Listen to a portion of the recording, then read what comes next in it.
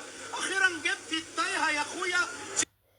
اخيرا جبت لنا حد تاني غير المساجدة تاني يا وحيد. تاني يا وحيد. احنا عارفين نصدق على المساجدة يا وحيد عشان تجيب لنا واحد تاني. طب انت المساجدة دي واحدة ست احنا عارفينها حلوة مساجدة. انا بحبها عن نفسي. اي نعم ودني زمرت يعني اسمه ايه صفارة ودني ولا زمرت مش عارف. لا زمرة دي بتاعت الزول. صفارة ودني بتتخرم بتقعد تكلمنا يعني بتسمعنا انا والجيران. بس ماشي. طب ده ايه ده بقى ده؟ تعبتش منك كنت هموت على اللون ده وطلعته جميل ايه ده لسه نايم تاني. لا لا لا لا ده عاجبني. ما تشقرنيش ولا تبشرنيش ولا تفسرنيش.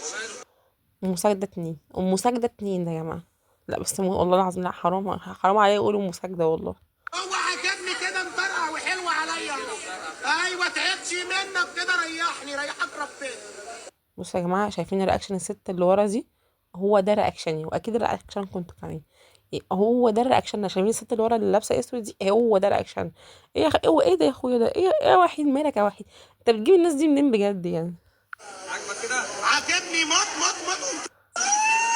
كفايه يا اخويا كفايه. بس كفايه يا اخويا ايه ده؟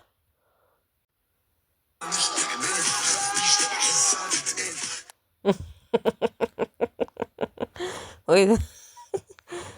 ايه يا جماعه ده؟ فعلا والله هو ريكو. هي ريكو في نفسها وحياة ربنا. ايه ده؟ هو ده رقص ده رقص الكهرباء ده موحد الكهرباء ده ولا ايه مش فاهم. بجد رياكشنها شبه عادل امام بجد يا جماعه. والله العظيم. انا نفسي اعرف هو بيخترعوا رقص جديد وانا نفسي اعرف بيخترعوا ايه بجد. معلش يا حبيبتي. ده قبل الكهرباء قبل ما تتكهربي ولا بعد ما اتكهربتي طيب؟ ماما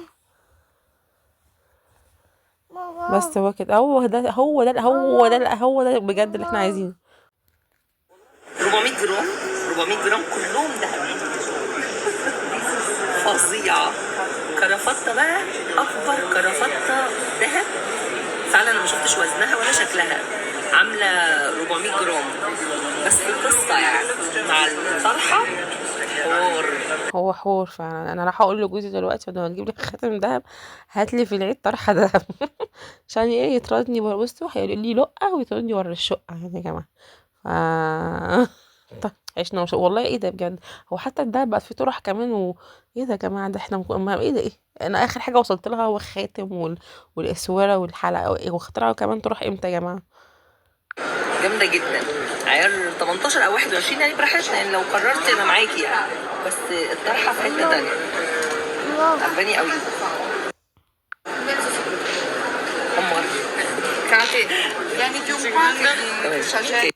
تمام. اللي يعيش فعلا يا ما يشوف بجد والله العظيم.